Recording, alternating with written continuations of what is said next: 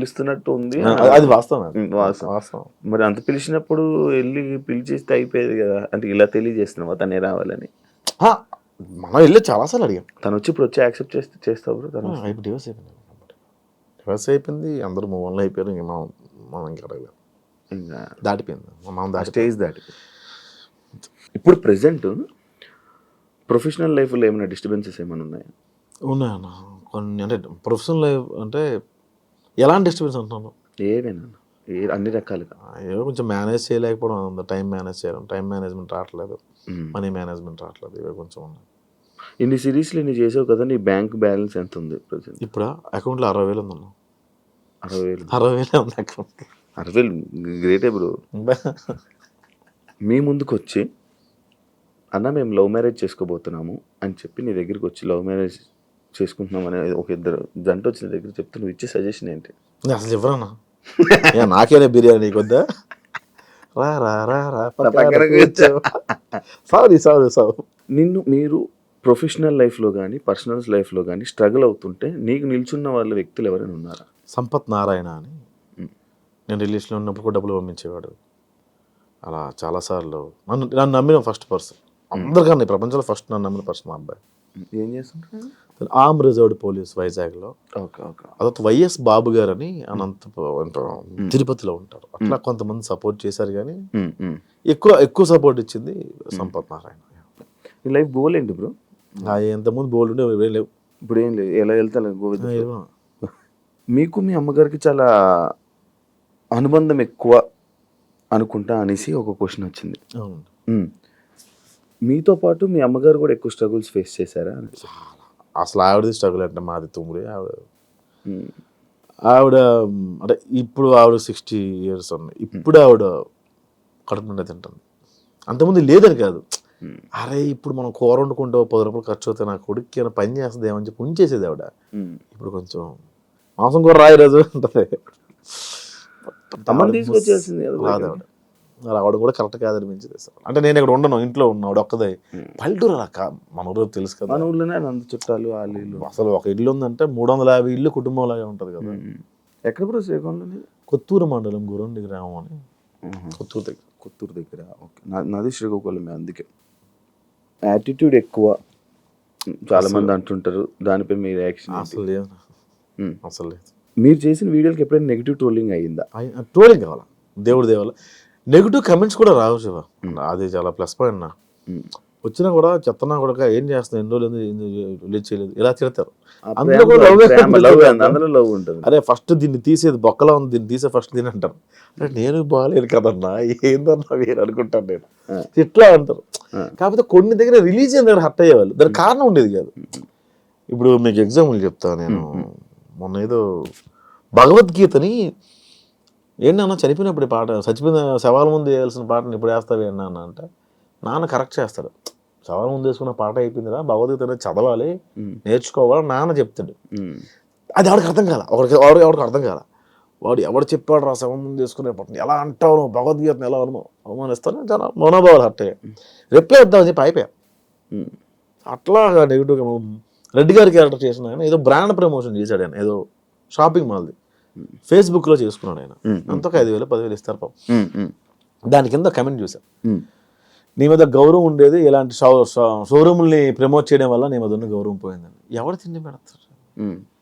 అవును, ఎవరిస్తాడు? వీళ్ళు ఇస్తారా? ఫ్రీగా యూట్యూబ్లో చూస్తున్నావు కాక నువ్వు పే చేయట్లా. ప్రమోషన్స్ చేయడం తప్ప కొన్ని రాంగ్ ప్రమోషన్స్ ఉన్నాయి.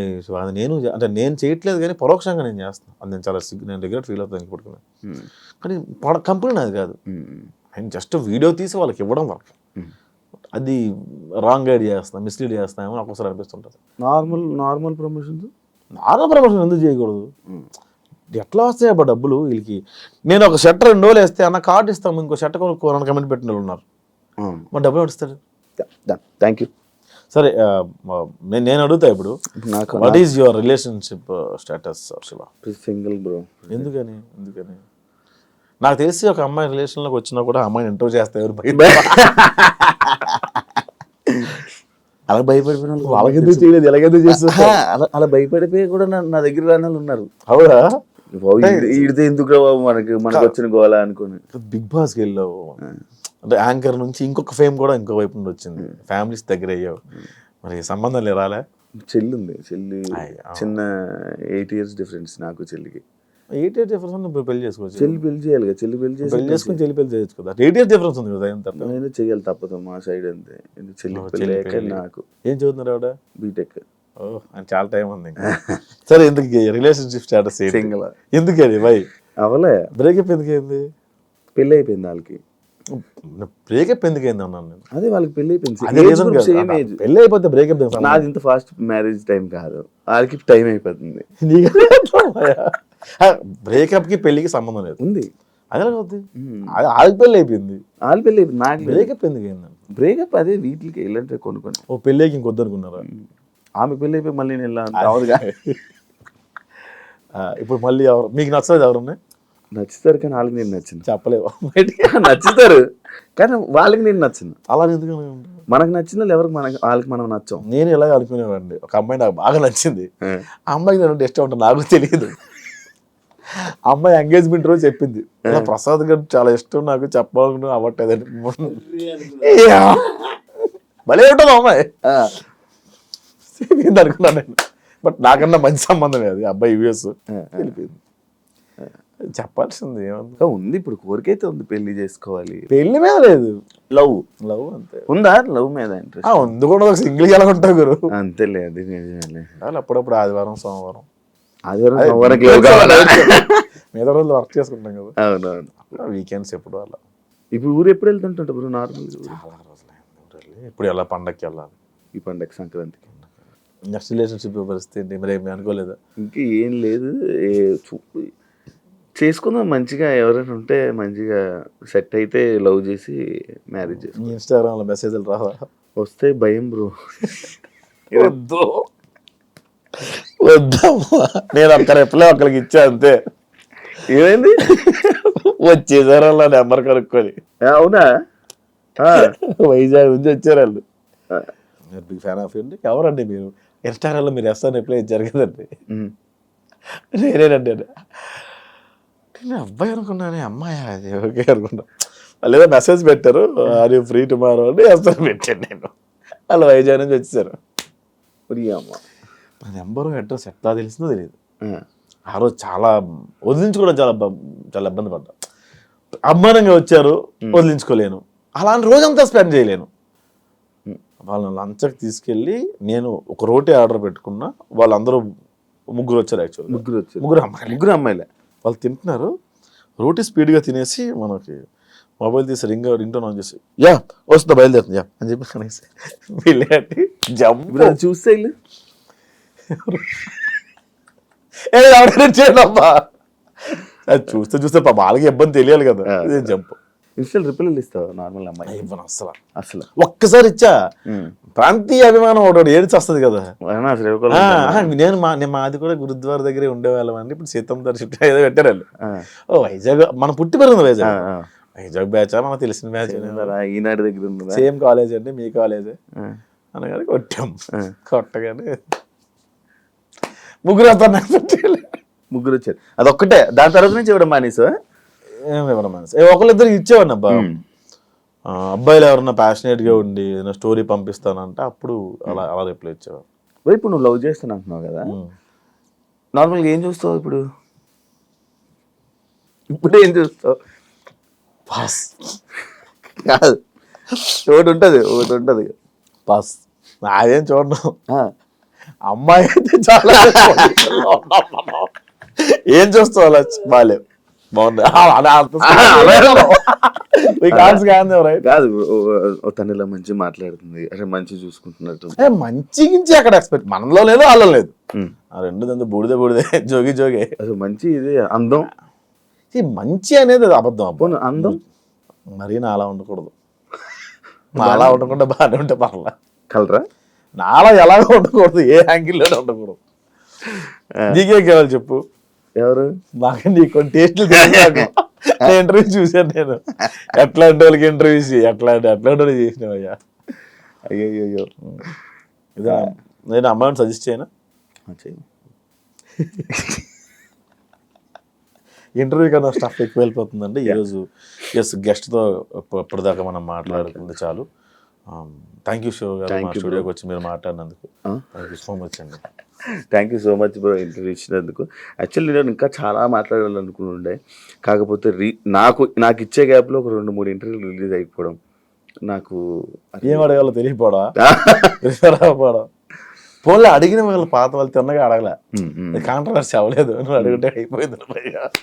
మేబీ పడేది ఆ మ్యూజిక్కేనే వెళ్ళిపోయేది అనుకున్నా. ఇవన్నీ అనుకున్నా కాదు, నేను ప్రోమో చూసాను ఇవి. నేను అడిగిన క్వశ్చన్ ఒకటి, నేను చెప్పిన ఆన్సర్ ఒకటి, ఈ మధ్యలో దాదాపుగా 20 నిమిషాల గ్యాప్ ఉంటుంది. ఆ క్వశ్చన్ ఈ ఆన్సర్ వేసేవాళ్ళు, ఇదేంటి ఇది ఇలా ఉంది ప్రోమో అనుకుని. సరే ఇంట్రెస్టింగ్గా చూస్తే ఆ క్వశ్చన్కి ఆన్సర్ చెప్పలేదు ఏంటి అనుకునేవారు. అమ్మ కానీ నీకు రీల్స్లో ఏం కట్ అవుద్ది, ఇదే కట్ అవుద్ది, ఈ ప్రోమో కట్ చేసి పెట్టేవాళ్ళు. అంత బలుపుడు అడిగి అలా కడితే అలా చెప్పాడు. అమ్మో నీదే జరిగే ఏమైనా నేను ఇలా చెప్పలేదే ఆన్సర్, ఎందుకు ఇది ఇలా పడింది. ప్రసాద్ బెహ్రా అని ఆయన పేరేంటి, సుజిత్ ఓజీకి కథ రాయమన్నాడు అని ఒక టైటిల్ పెట్టు. ఆడ ఏం జరిగింది, ఆయన పిలిచారు.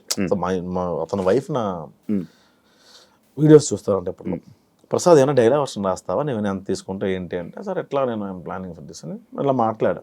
ఆయన ఎప్రిషియేట్ చేశారు నా వీడియోస్, ఆయన రాయమన్నారు. బట్ నాకు కుదరలేదు, మధ్యలో నేను రాద్దాం అనుకున్నా, ఒక వర్షం కూర్చుందాం అనుకున్న లోపల నేను వచ్చాను బయటికి. ఇది నేను చెప్పిన వర్షం కట్ చేస్తే ఓజీ కథ రాయమని అడిగాడు అని చెప్పి టైటిల్ పెట్టారు. ఆ కింద కమెంట్ పెట్టేవాడు, వీడియో కూడా చూడలే. పవన్ కళ్యాణ్ నీకు రాయమని చెప్పారా అని కింద కమెంట్ పెట్టాడు. నేను నవ్వుకున్నా. ఆ వీడియోస్ నాకు సంబంధం లేదు, ఆ కమెంట్ నాకు సంబంధం లేదు. కాకపోతే మొన్న షూటింగ్ అవుతుంది, ఓజీ షూటింగ్ అవుతుంటే నేను సన్నగా వెళ్ళి నిలబడ్డా అంతే. నా షూటింగ్ బచ్చల మన షూటింగ్ వస్తుంటే పక్క దాంట్లోనే పక్క సైట్లోనే అవుతుంది ఆర్ఎఫ్సీలో. నేను అలా దిగి నిలబడగానే సుజిత్ అన్న చూసి, హాయ్ బ్రో ఎలా ఉన్నారు మీరు అంటే, థ్యాంక్స్ అండి బాగానే గుర్తుపెట్టారు మీరు. 2 years అయింది ఆల్మోస్ట్. ఒకసారి కలిసాను. అరే భలే గుర్తుపెట్టుకున్నారు రైనా అనుకున్నాను. తర్వాత ఇప్పుడే వస్తాను మీరు ఎక్కడికి వెళ్ళిపోకండి అని. తర్వాత ఆయన కార్ వేసుకుని వెళ్ళిపోయారు. లొకేషన్ ఇంకో లొకేషన్ ఏదో, అప్పుడు నైట్ టైం అవుతుంది. వెంటనే ఫోన్ చేశాను నాకు, ప్రసాద్ నెంబర్ ఉంది దగ్గర, ప్రసాద్ సారీ నేను లొకేషన్ షిఫ్ట్ అవుతున్నా, నాకు టైం పడుతుంది, మీకు లేట్ అవుతుందంటే వెళ్ళిపోండి, రేపు కలుద్దాం. లేట్ అవుద్ది లేదు సార్, నేను వెళ్ళిపోతాను అని గుర్తుపెట్టుకోండి. ఇంకా నీకు మంచి రైటింగ్లో దీంట్లో మంచి టాలెంట్ ఉంది బ్రో, లైక్ డైలాగ్ రైటింగ్లో కానీ దీనికి మంచి టాలెంట్. అరే వేస్ట్ అయిపోతుంది అని అనిపించింది ఎప్పుడైనా? అదే అన్నం పెట్టింది కూడా అనుకోవచ్చు కదా, వేస్ట్ అయిపోయింది అనిపించింది కానీ అన్నం పెట్టింది పెద్దగా పెద్ద స్క్రీన్స్లోని లార్జ్ స్కేల్ ఎప్పుడు నేను చూడలే. నాకు అవకాశం వస్తుంది అనుకో, ఇప్పుడు చాలా వచ్చినాయి. డైరెక్ట్ చేయొచ్చు కదా ఇప్పుడు మంచిగా, ఇప్పుడు సుఖంగా ఉంది కదా యాక్టింగ్ బాగుంది. అంటే లైక్ నేను నీ మాటలు కానీ ఇవి వింటే మంచి డైరెక్టర్ కనిపిస్తాడు నాకు. చూద్దాం, టైం ఉంది కదా, ఇంకా టైం ఉందా? చచ్చిపోతావు ఏంటి రేపు? 60 లైఫ్ స్పాన్ పడిపోయింది. 60 దాకా ఉంటావా? 60 ఇప్పుడు ఎంత మనకి? 60 ఉండడం కష్టం. ఇంకొక 20 సంవత్సరాలు 10 సంవత్సరాలు 40-45 అంతే మనకున్న ఇవి. ఇప్పుడున్న నీ ఫ్రెండ్స్ లా కానీ నీ ముందు జనరేషన్ 40 దాకా బతుకున్న వాళ్ళ పేరు చెప్పు. ఉన్నారు షుగరు, ఒక స్టంట్ పడి అలే ఉన్నారు, తేనెలో ఆకులు అలములు తింటుకుంటూ లాగాలి. అప్పుడు 60కి పడేది 100కి లాగేవాళ్ళు, 45 పడుతుంది, 60కి లాగుతున్నారు అంతా. Thank you so much interview ఇచ్చినందుకు.